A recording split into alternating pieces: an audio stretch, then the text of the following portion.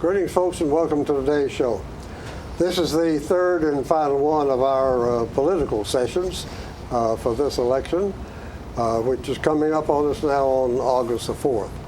And our guests today are the three candidates who are running for the 4th District House of Representatives seat that is presently held by Judd Matheny, who is here with us and as always is also continuing, hope to.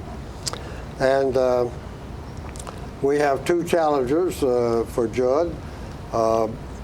One is next to Judd is Steve Lynn, Dr. Steve Lynn, and next to him is Will Lockhart. And so I want to thank all of you gentlemen for juggling your schedules and taking the time to come and give the folks your views. Let's begin by asking you to just give the meat of your what you consider your qualifications. What are the top 2 or 3 things that you think put you in the Judd? And Judd, you've been how many sessions now? 14 years. 14 years. Yes, sir. 7 just sessions. Finishing 7. Just finishing 7, correct. 7th session.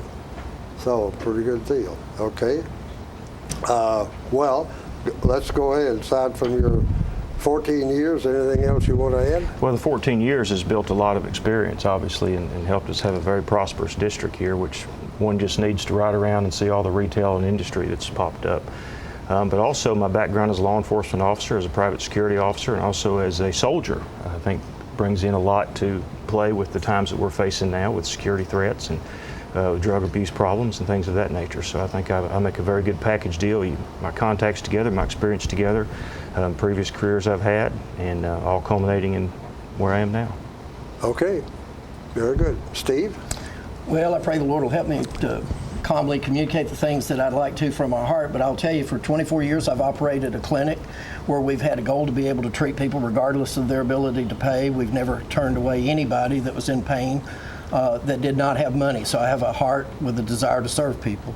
I've been successful in other things. I was president of my class for 4 years in dental school, went through 7 elections. In the last election, the person that ran against me only got 1 vote, and that was his own. So I had the ability to communicate with people, and so that's the reason they reelected me many times.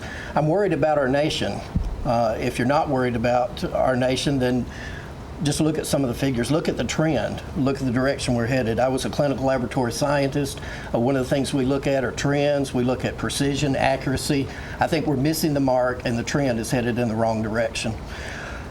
Trend? What trend? Well, we have a shrinking tax base. We have about $20 trillion worth of debt. The last trillion was accumulated in a little over 13 months. We owe $1.6 trillion to China. We owe $1.6 trillion to Japan, and our interest on that is about $980-something billion per year. Sounds like you should be running for a federal office. And that's where I'm headed, Lord willing. Yeah. All right. Okay, Will. Tom, thanks for having us here. My name is Will Lockhart. I'm running for state representative in this 47th district because I think that the people here need a voice at the Capitol that can be heard, that can be strong, and that can be respected. I think that we the people here, need access to the Capitol, and I want to be responsive to the people. I want to be available in the community. I'm an attorney here in town. I practice every day on Lincoln Street. I see the problems that people face. I see the practical applications of the laws that are passed, and I think that a lot of times career politicians don't understand how the laws that they pass affect everyday individuals. So I just want to bring that everyday experience that I see with the laws and bring that and my voice for you to Nashville. Okay. All right. Thanks very much. And let's take a short commercial break, folks, and we'll talk some more.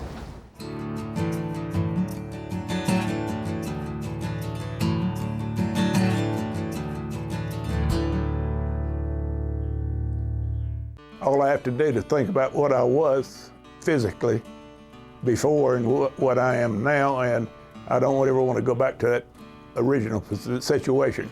The overall mission of the rehab team is always what is best for the patient and how we can facilitate maximum potential from every resident. Well, the most important thing to me is that I'm allowed to do whatever I want to do, you know. Everyday miracles at Life Care Center of Tullahoma. Tired of paying for monthly telephone service, expensive long-distance bills, and all those crazy taxes? Are you sick of spending money on telephone equipment, maintenance contracts, and service calls, all for a phone system that shackles you to 100-year-old technology and your desk? Stop it. It's time to ship your phone system to the cloud. What can the cloud do for you? Bring together remote offices, workers, and employees in the field. Make sure that you'll never miss calls by delivering them to multiple devices. Modernize faxing by allowing multiple faxes to be sent and received at once and delivered to email. Get your voicemail messages instantly through email too. And take advantage of an endless supply of customizable features. Host My Calls can deliver the cloud. All of this technology with low upfront costs and not one penny in capital expense. It's time for a phone solution you'll truly love from Host My Calls. Call the number below.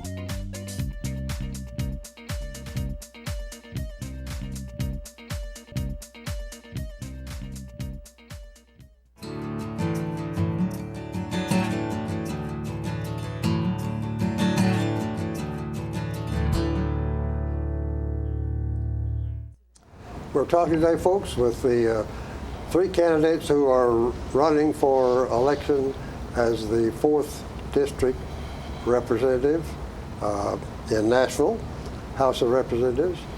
And they are Judd Matheny, who is the incumbent, and Steve Lynn is the challenger, along with Will Lockhart.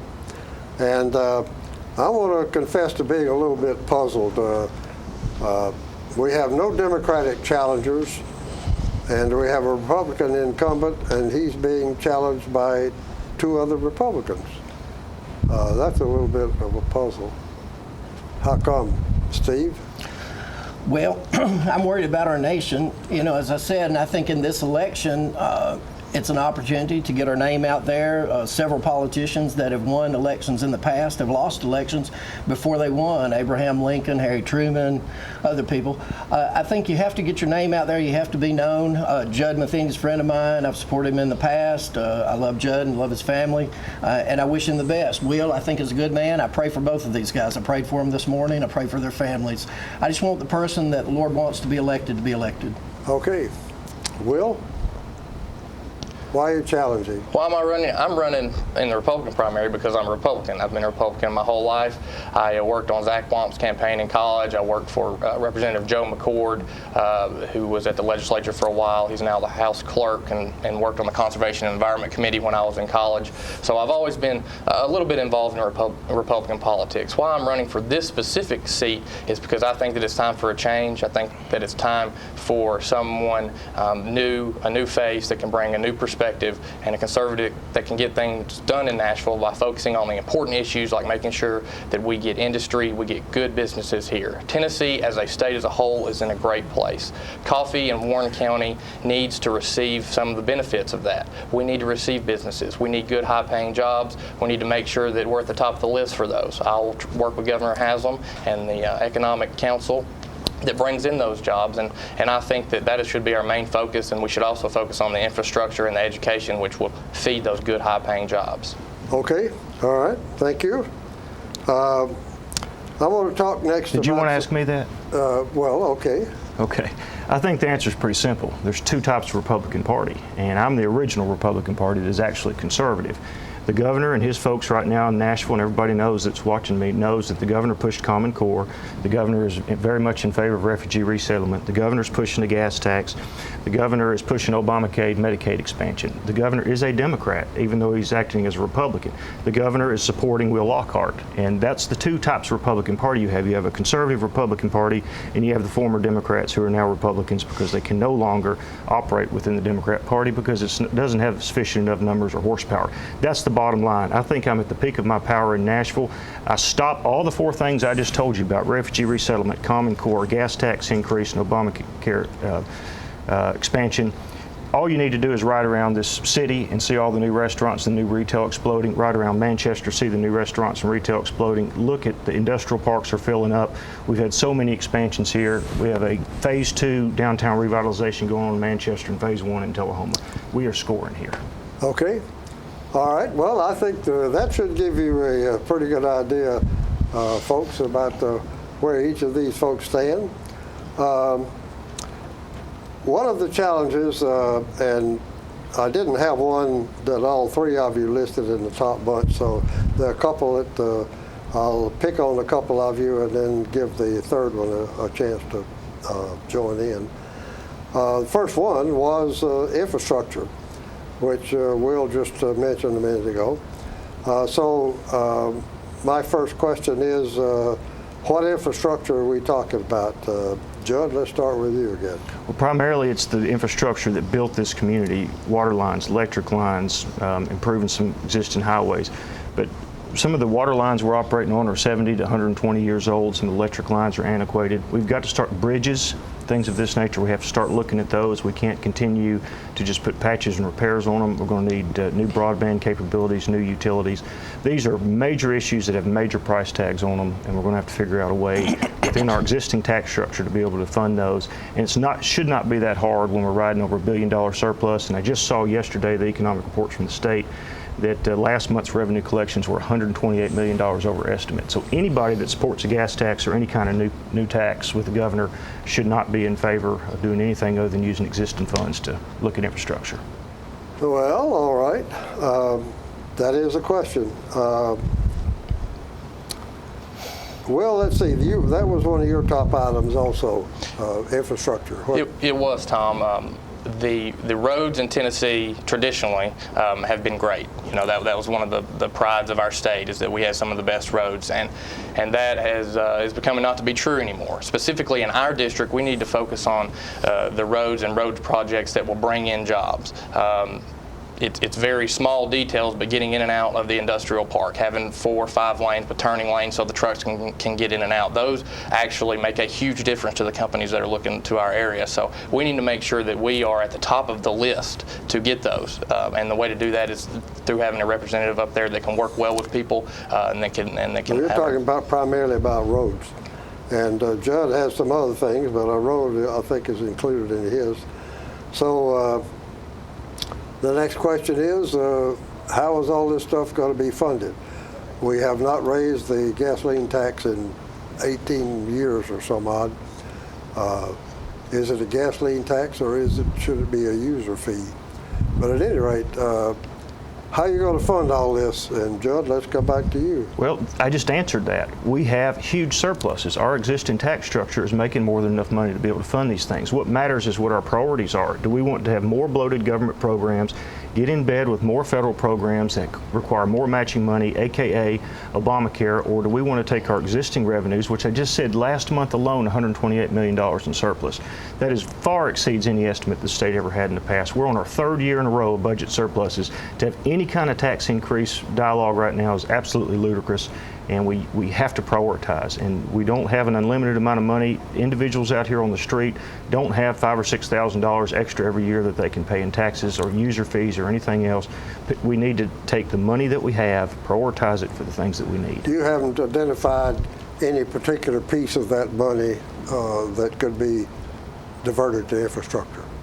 Excess from sales tax revenue. We have a surplus in the state. We have over $1 billion, and we're on schedule to get $1.2 billion in surplus this next year. Why would we want to have $1 billion? All from the sales tax. Some franchise and excise taxes too. It's both. There are 2 big horsepower taxers in the state. Funding, Will?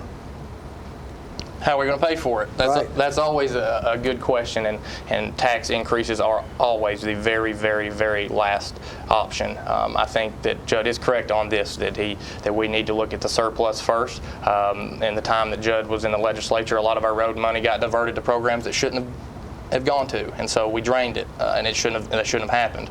Because of the surplus that we've had, we've been able to put some more money back into that, but we need to keep the road money and use it for roads, and then we need to use the surplus that we have to fix those roads. Okay. Steve, you want to weigh in on this? That wasn't one of your top challenges, but... Right. Well, I think a good idea, a friend that was a retired Army officer, he mentioned something that's a good idea. One is take these veterans that have come back that need a job. You know, Franklin Roosevelt, he had a program that brought us out of the Depression, but WPA, CCC, but it all involved work. and work is the ruling principle. I mean, we've got to get back to work. Why not take the money we're spending anyway for these other programs to pay people to sit home and do nothing, and why not give them a job? They're going to feel better about themselves. We're going to feel better about giving the money, and it's money that's already being spent. What kind of job are you talking about? Well, giving them a job? The roads, the bridges. The state giving them a job? Well, through federal, just let the federal government money be diverted. They already send us, 60% of the money this state operates on comes from the federal government anyway. But I know I had 2 vehicles, and both of them, we hit a hole on an interstate, and it wound up being lots of money in repairs. Why pay somebody to sit home? I had a lady that came to my office to apply for a job. I was willing to offer her a job. She was a registered dental assistant. She lived in another county.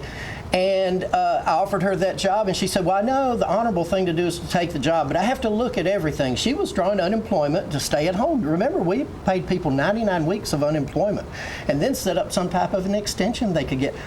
Why pay people to do that? I started working when I was like 10 years old, selling popcorn and peanuts. I worked at 12 at a gas station, $1 an hour, worked 59 hours a week. I put a motorcycle on layaway. I paid every penny for every car I ever bought, every motorcycle I ever bought. My parents, they were in a financial strap, but it caused me to be self-dependent, self-reliant, and which led me to get on my knees, plead with God, ask for miracles, the windows of heaven to be open. I tried to do what He wanted me to do. I tried to pay my tithing, and blessings happened. And the same thing can happen in this case. We just have to get back with God running the country to a certain extent by inspiring our leaders like it used to be. All right. Thanks, Steve. Let's move on to another one that was, again, this is a fairly major problem all around from a social standpoint, and that is, well, before we do that, folks, let's take a short commercial break.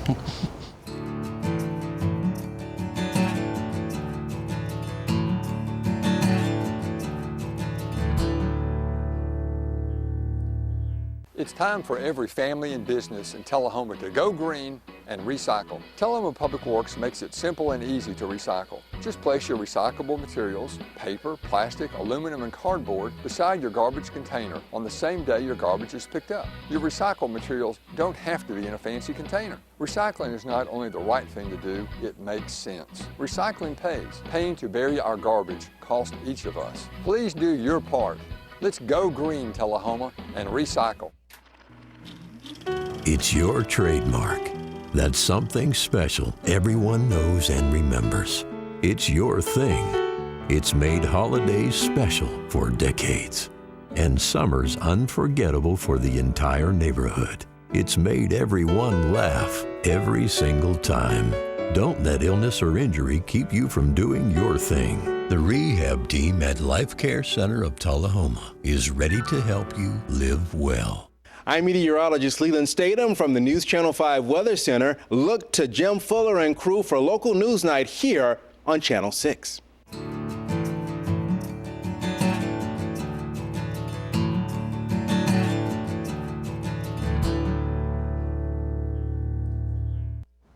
Again, folks, we're visiting today with the 3 candidates for the 4th District seat in the Tennessee House of Representatives. And they are incumbent Judd Matheny and challenger Steve Lynn and Will Lockhart. So let's go. And there was another item that is certainly a national problem as well as state. And there's a big question about what we can do about it, and that has to do with drug abuse. And one of the major pieces of that has to do with prescription drug abuse. So this is a major problem. What are we going to do about it? Steve, let's start with you.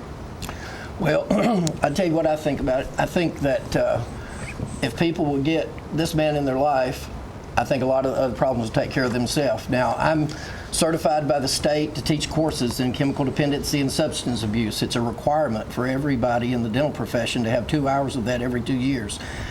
I've taught that class over and over and over. And then I had a relative that worked on the vice squad. I've had other relatives that were in the police force. It is a complicated problem because just like a person that came here. Well, what are we going to do about it? Well, what we have to do is we have to educate people, and we have to educate them early, and we have to talk about the science of drug addiction. And then if we can help people see the picture, have the vision of the end result of what's happening. This is not just some fun thing they get out with their friends. I've worked at 7 different hospitals. Most of them had either a drug and alcohol rehab unit or a psych unit. I dealt with those patients. I went in, I talked with them, I drew blood on them, tested for the drugs in their system. We have got a problem here that education can overcome, but it takes education and it takes spirituality. If you'll get the trunk of the tree right, you don't have to worry about the leaves. They're going to take care of themselves. Okay. All right, Judd, that was one of your top items. What do we do about it? Well, if we're talking about just prescription drug abuse altogether, throughout the 10-care years, we hemorrhaged prescriptions and became the #1 prescribing state in the union. I passed a law 3 years ago, which is very comprehensive. We issue more prescriptions than any other state in the union. That's correct. Country. At one time, we were up to 17 per capita. I passed a law 3 years ago, which is a compulsory law that requires every physician to check a statewide database now that is updated twice every 24 hours, that if anybody has that prescription already prescribed to them by another physician, it's unlawful for them to prescribe overlapping it. And every physician, whether they're a pain clinic, a surgeon, or a general practitioner, must check that database, and the pharmacist must also check that database. So we've had a problem with more than one doctor prescribing the same thing. It's called doctor shopping, absolutely. You can take cash, you can go to 4 different doctors, you can get $1,000 worth of pills for $240 roughly, then you can turn around and resell those. This stops that, and in the last 2 years, now law enforcement will tell you, my good friends in law enforcement will tell you it's still a problem, that it is, but we've seen a 15% decline in drugs off the street, in brand name and generic prescription drugs off the street, and a 15% decline in prescriptions in the last 18 months since this law went into effect. What we're seeing now are counterfeit drugs coming in that have no real medical basis behind them and are very dangerous. Conventional law enforcement is geared to deal with those a little bit better. It's very difficult from a state to grab hold of those, but we have to continue to make it more and more difficult for those that are doctor shopping and those that are just seeking. So we got a problem with addictive drugs that are not labeled addictive and not on. Well, they're being liberally prescribed, but we have put those controls in place to begin ramping that down, and I think it's beginning to work. It's far from over. This problem will continue to haunt us. Okay.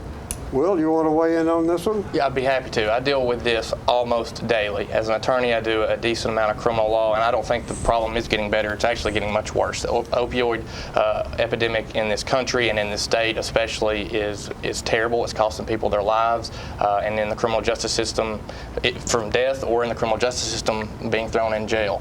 So I think the problem has actually gotten worse and that we need to address it. Some of the ways that I think or to address it would be through drug courts, veterans courts that are just starting up.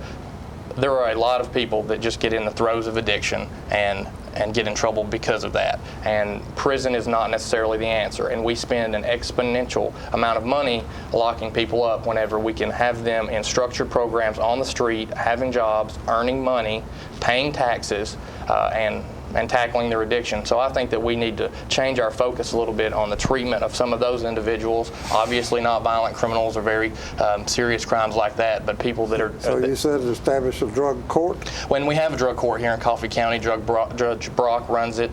When Mike Lewis is the director, and it did a great thing. I went to the graduation the other day. They had 17 people graduate, and they were instead of being in jail, they were on the street earning power together with their families.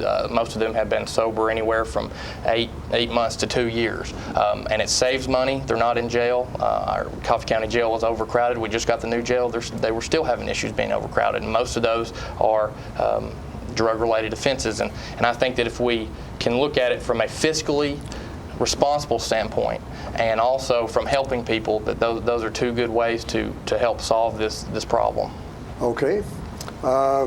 We're going to run out of time, but a quickie, immigration is another one that's at the top of the news, at least. I don't know whether it's the top of the solution agenda or not, but Judd, what do you got to say about immigration? Well, it's not just immigration, it's refugee resettlement, and I've led and I continue to lead the state in opposing the federal government on unfettered refugee resettlement here. I held the first hearing in 2013 and was instrumental in helping pass a resolution this year that allows the state government the legislature actually to sue the federal government on a 10th Amendment violation. Once again, the governor has tried to stop this in every way. He's very much in favor of refugee resettlement, but the General Assembly, a supermajority, voted to sue the federal government. The Thomas More Law Center is prosecuting it for us, and I will not stop until we're successful in stopping. Your big issue is giving the state a much larger voice about we should, as citizens, be able to dictate who is placed here and what their safety, what their background is, what their medical condition is. We should have a say-so here. All right. Will? I agree that it is a large issue. We have diseases coming into this country, and we also have people coming in that aren't being properly vetted. I think the number one solution to that problem is we need good representation in Washington, D.C. to make sure that that program is run, that people are properly vetted. Immigration traditionally, for the past since the country was founded, has been a federal issue. Now, we definitely need to know who these people are, where they are, and make sure that the process to get them here are safe. So I think that we really need our representatives in Washington to step up and help us. Let's give Steve a 30-second chance to address that. Okay, well, next it said, be kind to the stranger that is within thy gates, for ye were once a stranger in Israel. Harry Truman said it's impossible to be president of the United States and also live the Sermon on the Mount. Some of the people we've opened our doors to and allowed in have turned around and killed Americans and have spawned homegrown terrorism by converting Americans to become terrorists. Any person that's going to be safe in this country, our arms are open. We welcome you. We're concerned about the humanitarian concerns. Anybody that wants to come here and to be a threat to the United States, then we're going to be after you. Okay. Well, with that, folks, we've run out of time. We're going to take a short commercial break and wrap up.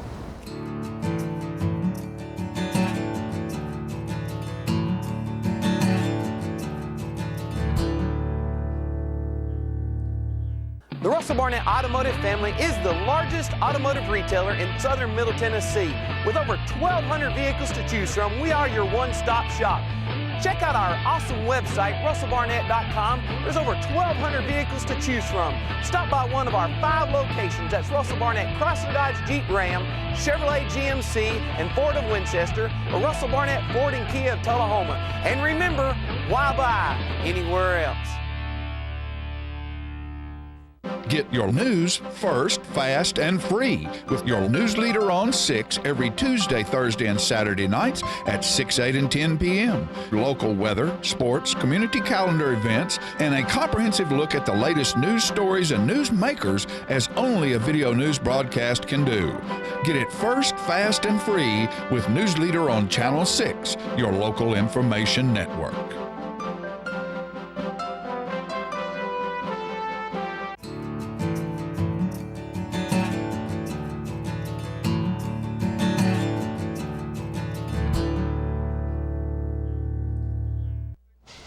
We're back, folks, and we've been talking today with the 3 candidates for the 4th District House of Representatives seat for the state of Tennessee, representing all of Coffee and a third of Warren County. So I want to thank you gentlemen each. They are Judd Matheny, who is the incumbent, and we have 2 challengers, Steve Lynn and Will Lockhart. And I want to thank all 3 of you for taking the time to come and share your views. Thanks, Tom. Absolutely. And especially a word of thanks to these folks because I've had to juggle the schedule, and they've been very, very cooperative in changing their schedule to come and spend time with us. So I appreciate that very much, and thank you folks for inviting us into your parlor, and we will see you next time.